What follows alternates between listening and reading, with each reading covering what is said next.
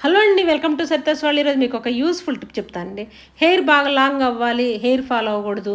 చాలా బాగుంటుందండి. ఈ మెంతులతోటి మనం గనక ఈ విధంగా పేస్ట్ చేసుకున్నామంటే హెయిర్ చాలా హెల్తీగా అయితే ఉంటుంది. మెంతులు అంటేనే మనకి హెయిర్కి చాలా బాగా ఉపయోగపడుద్ది.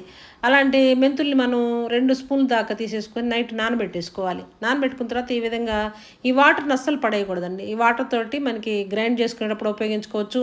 మనం హెడ్కి ఉపయోగించుకోవచ్చు. ఈ జుట్టుకి పెట్టుకునేటప్పుడు చక్కగా కలుపుకోవడానికి ఉపయోగించుకోవచ్చు.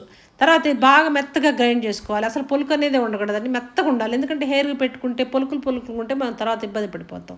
అలా కాకుండా మెత్తగా గ్రైండ్ చేసేసుకొని చక్కగా దీన్ని మనకి హెయిర్‌కి పెట్టుకునే విధంగా వాటర్‌ని కలుపుకుంటా బాగా కలిపేసుకోవాలి.